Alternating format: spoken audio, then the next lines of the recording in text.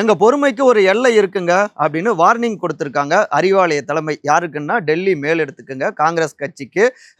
சமீப காலமாகவே எம்பி திரு மாணிக்கம் தாகூர், இன்னொரு பக்கம் திரு பிரவீன் சக்கரவர்த்தி, 2 பேருமே ஆளும் திமுகவை அட்டாக் பண்ணிக்கிட்டே இருக்காங்க. அதிக தொகுதிகள், ஆட்சியில் பங்கு அப்படின்னு டார்ச்சர் பண்ணிக்கிட்டே இருக்காங்க அப்படிங்கிறாங்க திமுகவினர். அதுலேயும் ஒரு படி மேலே போய் பிரவீன் அவரு, ஏங்க நீங்கள் 5000 ரூபாய் பெண்களுக்கு கொடுக்குறீங்க, அதெல்லாம் உங்க ஆட்சியை தக்க வச்சிரும் அப்படிங்கிறதெல்லாம் ஒரு மூட நம்பிக்கை தான் அப்படின்னு நான் ஸ்டாப் அட்டாக்குங்க. இதே மாதிரி நீங்க கண்ட்ரோல் எடுக்கலைன்னா, அவங்களுடைய வாயை அடக்கவில்லை என்றால் நாங்க பேச்சுவார்த்தைக்கு வரமாட்டோம், கூட்டணி பேச்சுவார்த்தைக்கு அப்படின்னு ஒரு ஷாக் கொடுத்திருக்கு அறிவாலயம்ங்க. ஆனா பார்த்தோம்னா அதுக்கப்புறமும் அச்சமில்லை அச்சமில்லை அப்படின்னு மகாகவி பாரதியாருடைய பாடல்களை பதிவு செஞ்சிருக்காரு திரு மாணிக்கம் தாகூர். இங்க இருக்கக்கூடிய தமிழ்நாடு தலைமை நீங்க எதையும் பேசக்கூடாது அப்படின்னு சொல்லியிருக்காங்க. இருந்தாலும் இந்த 2 பேரும் உறுதியா இருக்காங்க. கூட்டணி கொஞ்சம் கொஞ்சமாக விரிசல்களை சந்திச்சிட்டு இருக்கு.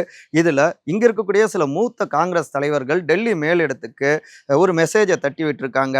இங்க தமிழ்நாட்டுக்குள்ளார முடிஞ்சா கால் வைக்க முடியுமா அப்படின்னு ஏற்கனவே நம்முடைய திரு ராகுல் காந்தி, எதிர்கட்சி தலைவர், உள்துறை அமைச்சர் திரு அமித்ஷாவை பத்தி அவரை பார்த்து கேள்வி கேட்டிருக்காரு.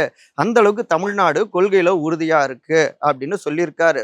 இப்ப அந்த பாஜக உள்ள வர நாமளே வாய்ப்பு கொடுக்கலாமா?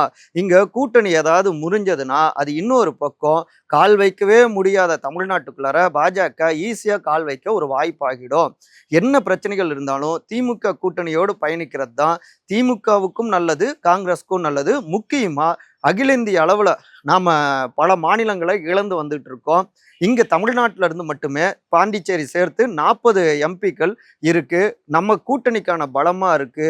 இதை நம்ம குறைச்சிக்க வேணாம், பகச்சிக்க வேணாம் அப்படின்னு சில மெசேஜை தட்டி விட்டுருக்காங்க அப்படிங்கிறாங்க சத்தியமூர்த்தி பவன் பக்கத்துல இருந்து சில சோர்சஸ்ங்க.